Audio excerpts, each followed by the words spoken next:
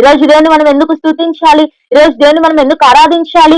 చెప్పశక్యము కాని ఆయన వరమును గూర్చి దేవునికి స్తోత్రము. ఎందుకు మనం దేవుని స్తోత్రము చేయాలి? ఎందుకు దేవుని మనం థ్యాంక్స్ చెప్పాలి అని అంటే ఆయన మనకిచ్చిన అన్స్పీకబుల్ గిఫ్ట్స్. మొదటిగా ఆయన మనకిచ్చిన గిఫ్ట్ ఏంటి? వరం ఏంటి? బహుమానం ఏంటి అని అంటే పరిశుద్ధ కుమారుడు, హోలీ సన్ ని దేవుడు మనకు అనుగ్రహిస్తూ వచ్చాడు.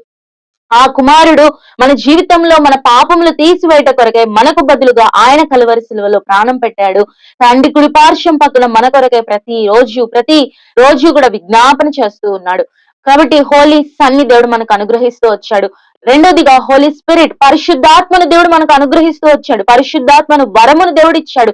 ఈ పరిశుద్ధాత్మ వరము మన జీవితంలో ఎన్నో అద్భుతమైన ఆశ్చర్యమైన కార్యములు జరిగించడానికి ఈ పరిశుద్ధాత్మ దేవుడు కారకుడుగా ఉన్నాడు. హోలీ గోస్ట్, హోలీ స్పిరిట్ ని దేవుడు మనకు అనుగ్రహిస్తూ వచ్చాడు. మూడవదిగా చివరిగా దేవుడు మనకి ఇచ్చిన బహుమానం ఏంటి అని అంటే హోలీ స్క్రిప్చర్స్, ఆయన ఇచ్చిన పరిశుద్ధ లేఖనములు.